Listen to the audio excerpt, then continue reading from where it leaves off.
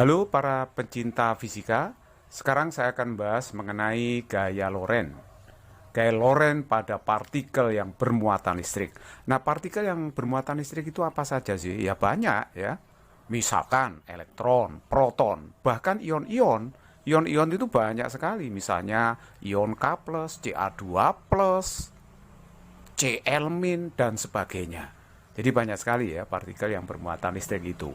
Kalau seandainya saya memiliki partikel bermuatan listrik, misalkan aja positif sebesar G kecil, dia melintas dalam medan magnet homogen yang arahnya ke kanan seperti pada gambar. Nah, dengan vektor kecepatan membentuk sudut theta terhadap arah medan magnet. Partikel tersebut akan mendapat gaya Lorentz. Kalau ditulis secara vektor, gaya Lorentz itu adalah G V cross B. Jadi cross vektor antara vektor kecepatan dengan medan magnet. Nah, cross dua vektor ini gandengannya adalah dengan sin. Jadi kalau dicari nilai dari gayanya, itu adalah B G V sin theta. Di mana theta itu sudut antara vektor kecepatan dengan vektor medan magnetnya. Nah, ini sudah saya beri keterangan ya, bahwa F itu menyatakan gaya Lorentz, satuannya Newton ya. Kalau G itu adalah muatan partikel, satuannya Coulomb. V itu kecepatan partikel, satuannya meter per sekon. B itu medan magnet, satuannya Tesla. Dan theta itu sudut antara vektor kecepatan dengan vektor medan magnet. Nah, persoalan berikutnya adalah gaya Lorentz itu adalah vektor ya. Bagaimana cara menentukan arah gayanya? Ya memang banyak aturan. Ini adalah salah satu aturan yang sering dipakai, yaitu dengan menggunakan kaidah tangan kanan. Saya sudah mengatakan bahwa kalau kaidah tangan kanan itu syaratnya cuma satu, Anda punya tangan kanan gitu kan ya. Ibu jari nanti untuk menunjukkan vektor kecepatan, 4 jari untuk menunjukkan arah vektor medan magnetnya, telapak tangan atau forehand untuk menunjukkan gayanya kalau matanya positif. Tetapi kalau negatif ditunjukkan arah punggung tangan atau backhand. Jadi ada forehand, ada backhand. Sekarang perhatikan baik-baik, tangannya seperti ini. Biasa aja begini. Jadi ini yang dimaksud arah telapak tangan. Kalau arah punggung itu ke sana. Nah, kalau ini bahasa Jawa, ini arah kaplokan, yang ke sana itu arah seplakan kan gitu ya. Kaplok, seplak gitu ya. Jadi 4 jari menunjuk B ya. Ibu jari menunjuk arah kecepatannya. Nah, perhatikan arah backhandnya itu menunjukkan arah gaya Lorentz-nya kalau muatannya negatif. Karena muatan itu bisa positif, bisa juga negatif. Contoh muatan positif itu proton. Kalau negatif contohnya adalah elektron. Untuk lebih jelasnya, saya akan berikan contoh soal menentukan arah dengan kaidah tangan kanan tadi. Yang pertama adalah ini. Kalau saya punya medan magnet, arahnya masuk bidang tegak lurus, terus kemudian di sini ada muatan positif, anggap aja proton, misalnya begitu, bergerak dengan vektor kecepatan arahnya ke kanan.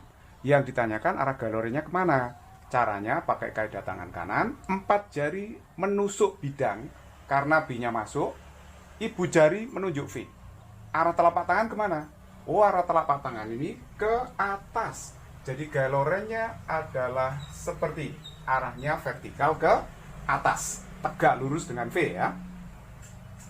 Karena ini positif, karena ini muatannya positif, jadi arah gaya Lorentz-nya ditunjukkan arah telapak tangan atau arah forehand. Tapi kalau negatif pada arah yang sebaliknya, yaitu arah backhand. Nah, terus kemudian ini muatan negatif, arahnya ke atas, vektor kecepatannya. Terus kemudian arah medan magnet tetap masuk ya, jadi menusuk bidang 4 jarinya, jempol atau ibu jari menunjuk V. Nah, arah punggung tangan kemana?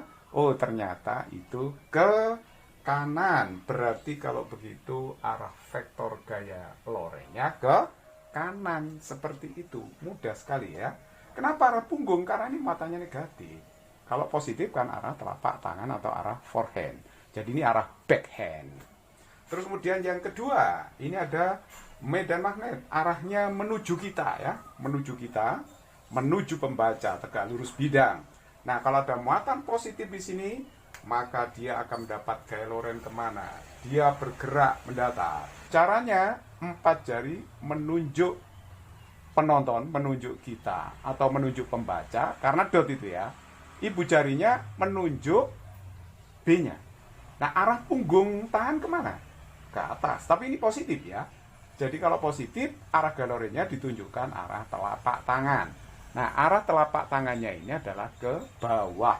Jadi kalau begitu, galorenya arahnya adalah ke bawah. Dia tegak lurus dengan vektor kecepatan. Nah, seperti ini ya, posisi tangannya. Oke, terus kemudian yang ini, negatif muatannya, bergerak miring. Nah, miring ke sana. Kemana galorenya? Ya, B-nya kan menuju kita, begini ya. Kemudian ibu jarinya menunjuk V. Jadi kalau begitu, arah punggungnya ini kemana? Karena ini negatif ya, arah punggung itu ke sana. Jadi kalau begitu, arah galorenya jika digambar itu seperti ini.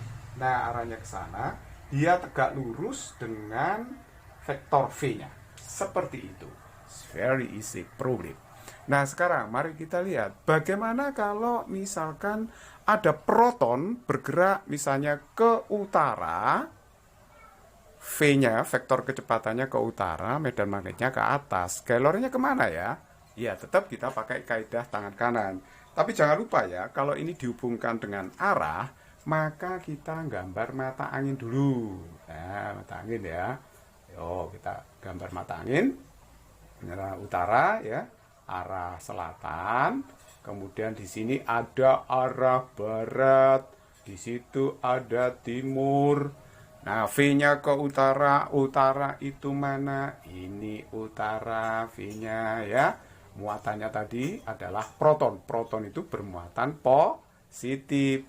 B-nya ke atas, masih ingat ya pada video saya sebelumnya, kalau gambar mata angin ingin menunjuk arah ke atas, maka simbolnya pakai dot. Jadi B-nya ke atas pakai dot seperti itu. Tapi kalau ke bawah simbolnya pakai cross gitu kan. Jadi sekarang mari kita lihat 4 jari menunjuk B, B-nya ke atas seperti ini, berarti menuju kita ya karena dot. Ibu jarinya menunjuk V.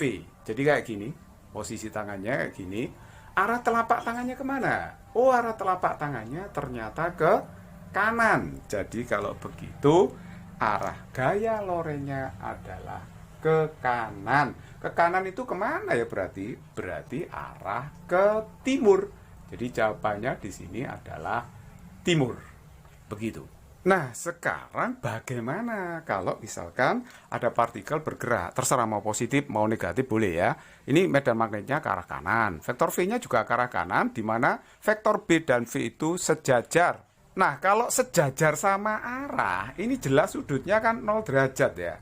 Tetapi kalau sejajar berlawanan seperti ini, sudutnya adalah 180. Nah, sekarang coba hitung dengan gaya Lorentz. Gaya Lorentz itu kan B, V, sin, theta. Sin 0 itu 0, sin 180 itu 0. Jadi gaya Lorentz-nya ini tidak ada. Jadi tidak perlu menentukan arah ya. Itu artinya bisa disimpulkan bahwa jika B-nya sejajar vektor kecepatan, maka gayanya itu pasti tidak ada. Jadi kalau begitu belum tentu partikel bermuatan bergerak dalam medan magnet itu dapat gaya Lorentz. Tergantung arah orientasi B terhadap V-nya. Bagaimana? Nah, sekali lagi, kalau B-nya sejajar V, partikel tersebut tidak akan mendapat gaya Lorentz. Contoh soal nomor 1, ini ada kawat lurus sangat panjang berarus 10 ampere terletak mendatar di atas tanah. Tepat di bawah kawat pada jarak 10 cm terdapat elektron yang bergerak sejajar kawat dengan kecepatan 2 kali 10 pangkat 5 meter per sekon. Bila massa dan muatan elektron masing-masing diketahui dalam soal, maka hitunglah gaya Lorentz pada elektron dan arahnya. Kalau saya gambar seperti ini ya, ini kawat lurus sangat panjang, arusnya adalah 10 ampere. Pada jarak 10 cm tepat di bawah kawat, itu ada elektron yang bergerak dengan kecepatan 2 kali 10 pangkat 5. Ini arahnya bisa searah dengan arah arus, bisa juga berlawanan ya. Nah, seperti itu. Andaikan ini, dalam soal ini yang dimaksudkan adalah sama arah dengan arah arusnya. Maka gambarnya seperti ini. Kalau kita menghitung berapa gaya pada elektron itu gampang, karena di bawah kawat lurus itu kan ada medan magnet yang ditimbulkannya. Arah medan magnet kalau kita cek dengan kaidah tangan kanan, ibu jari menunjuk arus, 4 jari menunjuk titik di bawah kawat, maka arah telapak tangan itu masuk bidang.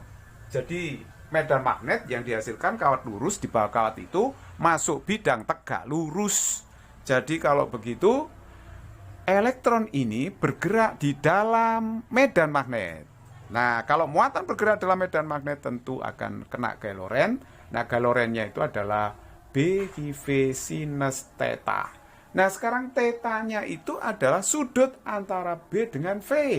Kalau kita lihat B-nya itu masuk bidang, sedangkan V-nya itu arahnya ke sana. Berarti kalau begitu vektor B dengan V itu tegak lurus. Kalau tegak lurus berarti tetanya 90, jelas kan ya? Nah, induksi magnet yang ditimbulkan kawat lurus panjang pada jarak 10 cm dirumuskan mu0 I per 2 pi A dikalikan Q kali V sin 90, 1 ya. Jadi kalau begitu mu0-nya masuk aja 4 pi 10 pangkat min 7, arusnya itu 10, 2 pi A itu jarak muatan ke kawatnya 10 cm itu 0,1. Terus kemudian Q-nya di sini adalah elektron ini ya muatannya. Tapi tidak usah dimasukkan tanda minnya. Jadi kita hanya menghitung nilainya, berapa nilainya. Nah ini muatannya, ini 1,6 ya. 1,6. Terus kemudian V-nya diketahui dalam soal ini ya. Jadi V-nya 2 kali 10 pangkat 5. Nah, satunya di sini nggak usah ditulis. Nah, ini setelah kita coret ya, ini 2 kali 2 kali 1,6 itu adalah 6,4. Nah, ini 100 10 pangkat 5, ini 10 pangkat 5 1, berarti ini tinggal dikalikan 10 pangkat min 19. Jadi hasilnya 6,4 kali 10 pangkat min 19 Newton. Nah, sedangkan arahnya bisa kita tentukan dengan kaidah tangan kanan. Ibu jari menunjuk V, 4 jari menunjuk arah medan magnet. Nah, sedangkan arah backhand punggung tangan untuk menunjukkan arah gaya Lorentz-nya. Jadi arah gaya Lorentz-nya adalah ke bawah. Jadi sekali lagi soal ini memang tidak diketahui sejajar itu ke arah mana. Bisa sama arah dengan arus, bisa juga berlawanan dengan arus. Kalau seandainya sama arah dengan arus, vektor kecepatannya, maka gaya Lorentz-nya ke bawah. Tetapi kalau seandainya sejajar dengan kawat dan melawan arah arus, maka gaya Lorentz-nya jadinya ke atas. Nah, sekarang bagaimana kalau gaya Lorentz-nya ke bawah? Maka partikel ini tidak bisa bergerak lurus ya. Elektron nggak bisa bergerak lurus karena ada gaya ke bawah, maka dia akan melengkung ke arah bawah menjauhi kawat. Nomor 2, ini ada sebuah partikel yang bermuatan 2 mikrokulum bergerak lurus dengan kecepatan tetap 2 kali 10 pangkat 5 meter per sekon sejajar tanah. Partikel itu mendapat pengaruh medan magnet bumi. Bila masa partikel itu 800 mikrogram, maka hitunglah medan magnet bumi tersebut. Nah, ini yang diketahui dalam soal muatan partikel positif 2 mikrokulum atau 2 kali 10 pangkat min 6 kulum. Kecepatannya 2 kali 10 pangkat 5 meter per sekon.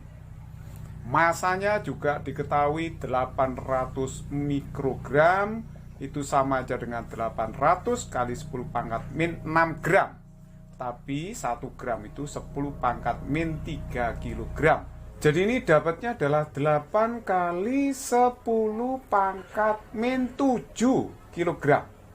Oke, kalau saya gambar seperti ini ya. Jadi partikel bergerak mendatar lurus gitu karena mendapat pengaruh medan magnet. Kalau dia mendapat pengaruh medan magnet, maka dia akan mendapat gaya Lorentz. Gaya Lorentz-nya kemana? Kaidah tangan kanan. 4 jari menunjuk arah medan magnet. Ibu jarinya menunjuk kecepatan. Seperti itu sehingga arah gaya Lorentz-nya adalah sesuai dengan arah telapak tangan. Berarti ke atas. Nah, gaya Lorentz-nya ke atas saya gambar seperti itu. Sedangkan yang ke bawah ada gaya berat daripada partikel tersebut. Karena dia dikatakan bergerak lurus mendatar, itu berarti ada keseimbangan gaya antara gaya Lorentz dengan gaya berat benda. Nah, gaya Lorentz itu apa? Rumusnya adalah B GV sin theta, berat itu adalah M kali G. Sudut antara B dengan V ini jelas tegak lurus ya, karena V-nya begini, B-nya masuk bidang. Jadi di sini B tegak lurus V. Kalau tegak lurus sudutnya pasti 90 derajat. Jadi kalau 90 derajat sinnya adalah 1. Sehingga ini tinggal B GV saja, terus di sini M kali G. Sehingga B-nya itu dirumuskan apa? MG dibagi dengan G dikalikan V. Kita tinggal memasukkan aja. M-nya adalah 8 kali 10 pangkat min 7. G-nya kalau nggak diketahui berarti 10 meter per sekon kuadrat. Q-nya adalah 2 kali 10 pangkat min 6. V-nya itu 2 kali 10 pangkat 5. Ya ini kalau dihitung 8 dibagi 4 itu 2 ya. Jadi B-nya 2 kali. Ini 10 pangkat min 1 berarti 10 pangkat 2. 10 pangkat min 5 Tesla, atau boleh ditulis 20 mikro Tesla. Nah itulah medan magnet bumi yang mengenai partikel. Nomor 3, proton yang bermassa 1,67 kali 10 pangkat min 27 kg dan bermuatan 1,6 kali 10 pangkat min 19 coulomb bergerak lurus dalam ruang dengan kecepatan konstan 2 kali 10 pangkat 6 meter per sekon ke arah sumbu X positif. Lihat gambar ya, gambar yang di bawah itu. Dalam ruang itu terdapat medan magnet 0,2 Tesla yang berarah ke sumbu Y positif. Hitunglah besar gaya Lorentz pada proton dan arahnya. Jadi tadi diketahui proton ke arah X positif, sedangkan medan magnetnya ke Y positif.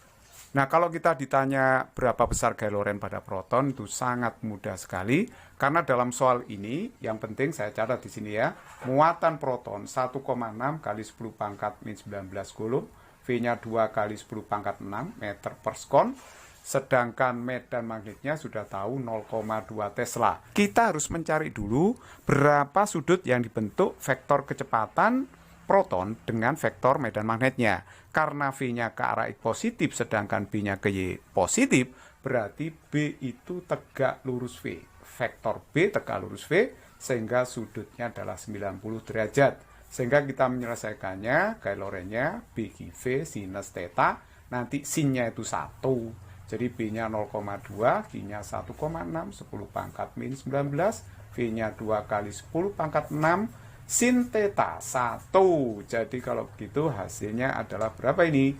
2 kali 2 kali 1,6 itu 6,4. 10 pangkat min 20 berarti ini 10 pangkat min 14 Newton.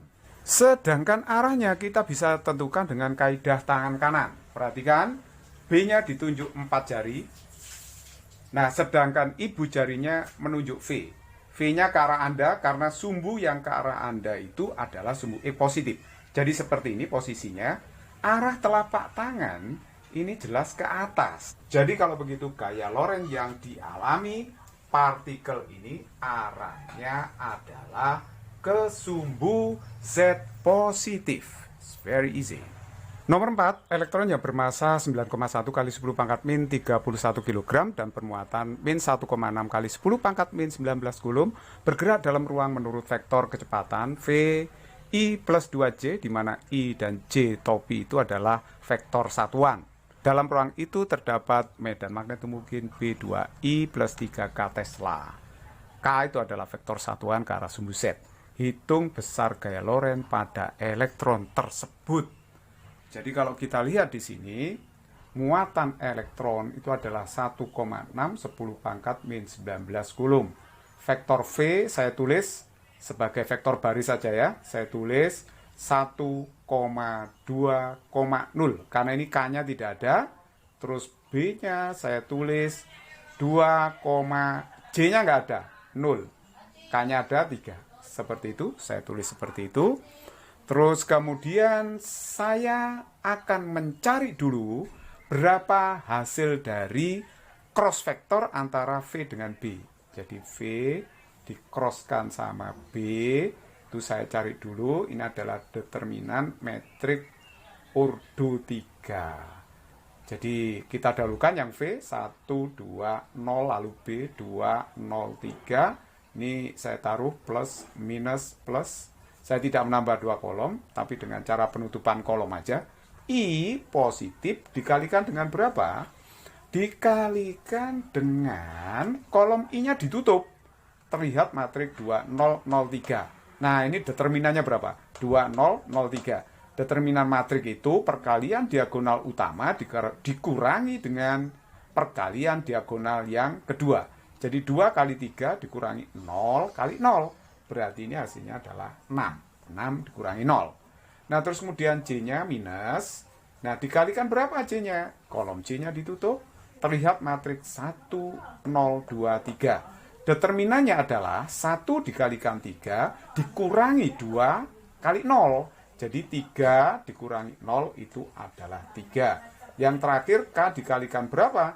Kolom K-nya ditutup. Terlihat matrik 1, 2, 2, 0. Determinannya adalah 1 kali 0 dikurangi 2 kali 2. Berarti kalau begitu min 4. 0 dikurangi 4. Min 4. Nah, inilah vektornya 6I min 3J min 4K. Sekarang kita tinggal mencari nilai vektor hasil cross V dengan B itu. Kan ini akar 6 kuadrat, 3 kuadrat, 4 kuadrat. 36 tambah 9, 45. 45 tambah 16. Berarti kan akar 61 itu ya. Nah, kalau sudah ketemu V cross B-nya, kalau kita mau mencari berapa nilai F-nya, gampang. Karena nilai F itu langsung aja, berarti nilai F itu besarnya F ya. Besarnya F itu kan berarti Q dikalikan besarnya vektor A cross B itu. Itu aja. Jadi kalau begitu Q-nya masukkan tanpa tanda min nggak masalah karena kita ngitung nilainya saja. Jadi seperti ini, nilai mutlaknya aja dimasukkan, berarti ini dikalikan dengan akar 61. Jadi hasilnya akhirnya dapat 1,6 akar 61 kali 10 pangkat min 19 Newton. Nah, ini kalau Anda hitung dengan kalkulator hasilnya 12,5 kali 10 pangkat min 19 Newton. Nah, itu hasilnya ya kalau dihitung pakai kalkulator.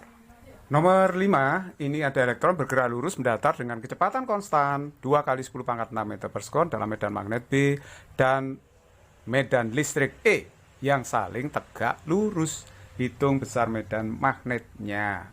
Nah, ini yang diketahui dalam soal hanyalah kecepatan ini. Tapi ini ada info ya, jarak 2 plat. Ini maksudnya plat yang bermuatan positif, yang atas, yang bawah plat bermuatan negatif. Nah, caranya saya cari dulu berapa medan listrik di antara 2 plat ini. Medan listriknya adalah berapa perbedaan potensial plat S dengan T itu dibagi dengan D. Nah, ya ini medan listrik di dalam 2 plat. Ini sudah ada dalam video saya sebelumnya rumus ini. VST itu berarti ya V potensial plat S dikurangi potensial plat T dibagi dengan D. Jadi ini kalau saya kurangi berapa? Nah, ini berarti 2 dikurangi dengan min 2. Ini min 2 ya. Dibagi dengan D. D itu jarak 2 plat. 4 mili itu 4 kali 10 pangkat min 3. Jadi hasilnya ini 4 bagi 4 habis. Jadi ini 1000 volt per meter. Nah, ini besar medan listriknya. Nah, sekarang kita tentukan arah gaya Lorentz dan arah medan listrik pada elektron yang bergerak lurus ini. Kalau kita lihat di sini platnya bermuatan negatif ya.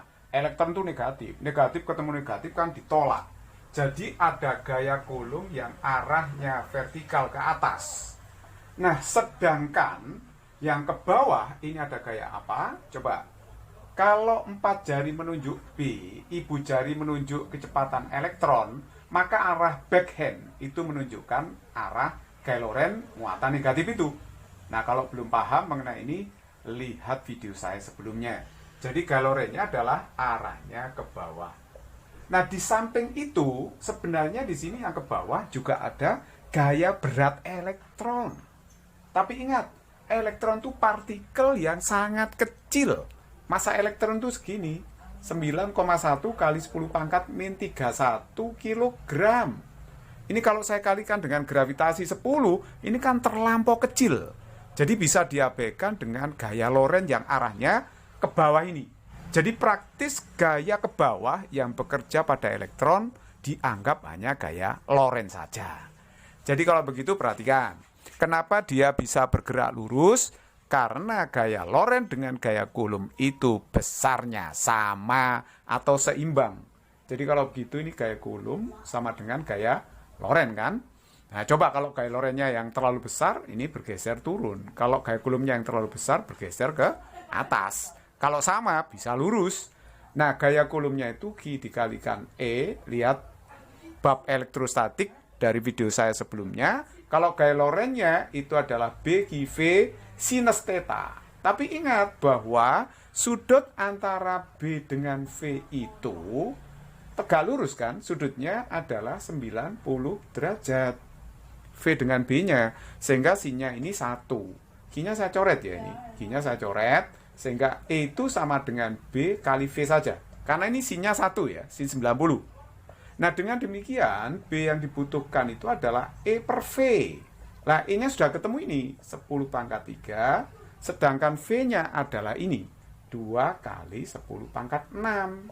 Nah, ini kalau dihitung, ketemunya berapa ya? Ini kan 10 dibagi 2, itu 5 kali 10 pangkat 2 dibagi 10 pangkat 6, berarti 10 pangkat min 4 Tesla. Nah, inilah medan magnet yang dibutuhkan agar elektron bisa bergerak lurus mendatar.